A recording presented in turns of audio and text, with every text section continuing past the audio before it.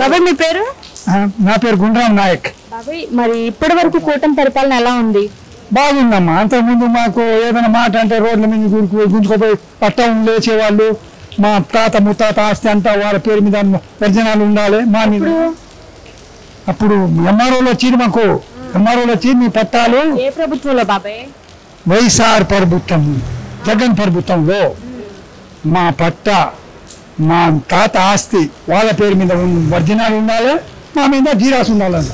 అట్టేటయ్యా మా ఆస్తి కదా, మా తాత ఆస్తి. అది మీ బాబు ఆస్తి కాదు, గవర్నమెంట్ ఆస్తి కాదు. అది మా తాత ముత్తాతల ఆస్తి వాళ్ళ పేరు మీద కావాలంట. అది అమ్మాలంటే మేము ఎంఆర్ఓ చెప్పాలంట.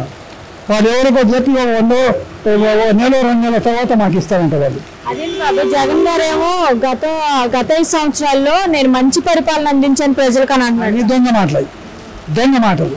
ఎవరు మంచి చేస్తే మరి ఇంతమంది ఎందుకు లేదు?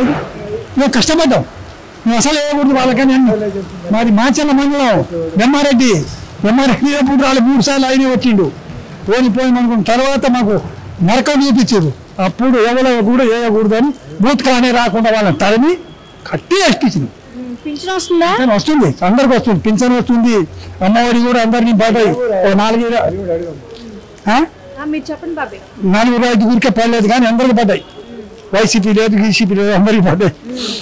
వాళ్ళు కూడా బాగా హుషారుగా ఉంది. ఇప్పుడు గతంలో పింఛన్ ఎంత వచ్చి సంవత్సరానికి 250 పెంచిండు. దిగిపోయే టయానికి 3000 చేసిండు. చంద్రబాబు 200 ఉండగాని 1000 ఇస్తానని ఇచ్చిండు. 1000 ఉండగాని 2000 ఇచ్చిండు. 2000 అయితే 3000 ఇస్తానని చంద్రబాబు చెప్పి నేనే కేసీ ఒకసారి చూద్దామని చేస్తే తలక గడ్డి తినిపించిండు. గొడ్డు తిని గడ్డి మాకు తినిపించిండు. అట్టాది మానవాయుడు. వచ్చిన తర్వాత పింఛన్ 4000 చేస్తాను. చంద్రబాబు ఆయన మానవశాలి. ఇప్పుడు చేత ఇది అనవశాలి. చంద్రబాబు ఎట్టైనా చేయగలుగుతాడు. చంద్రబాబుకి ఆయనకేం పోటీ? ఆయన అసలు వాళ్ళ అమ్మకు చెల్లెలకు చూడకుండా తల్లినవాడు. వాడెక్కడా వీడెక్కడ? వీడు మంచి మానవాడు, గొప్ప మనసు. వాడికి వీడికి పెన్షన్ వేస్తే ఆడ బయటకు వస్తే పనికిరాదు. ఆయన మంచి మానవాడు. మాకు ఇప్పుడు పింఛన్ కాదు, మా పొలం కూడా నా మీద దీనికోసమే తిరుగుతున్నా. వాళ్ళు గడ్డి తినిపించారు కలెక్టర్ ఆఫీస్ చుట్టూ తిరిగి చేస్తుంటే. ఇప్పుడు కూడా 3 సార్లు ఇచ్చినా మరి ఈ మహానుభావుడు ఇలా కలెక్టర్కి ఫోన్ చేసి చెప్పింది. కానీ చంద్రబాబుని అంతా తెలుసు. చంద్రబాబు కాడు పోదామంటే నాకు అలాగే అవసరం. చంద్రబాబు కోసమే ఊరికి వచ్చిన ఈడ కలవలే. బాబాయ్ అసలు రోజా ఉంది కదా, మరి ఆవిడ మాట మాట్లాడబాకమ్మా. మా మాట మేము మా చెవులు ఖరాబ్ అయితే మా ఒళ్ళు ఖరాబ్ అయింది. ఆడి మనిషి అమ్మా ఆడి మనిషి కాదు, అదేమో జంతు పందిలాగా మాట్లాడుతుంది. ఆడి మాట్లాడి ఆడి మనిషి అన్నప్పుడు ఆడి మనిషి తిరిగి మాట్లాడాలి. తిట్టారంటగా. ఎందుకు తిట్టారు? నేనే మాటలు ఆడి మనిషి మాట్లాడినాయి. గడ్డి తినేమా ఎందుకది? అది ఆడి మనిషి దృష్టిగా ఆడి మనిషి కాదు. అసలు ఈ ప్రభుత్వంలో పరిపాలన అనేది లేదంట కదా. ఆమె చెప్తుంది. ఆమె చెప్తే ఏమైంది? ఇప్పుడు జనాలు ఏమనుకుంటుండ్రు?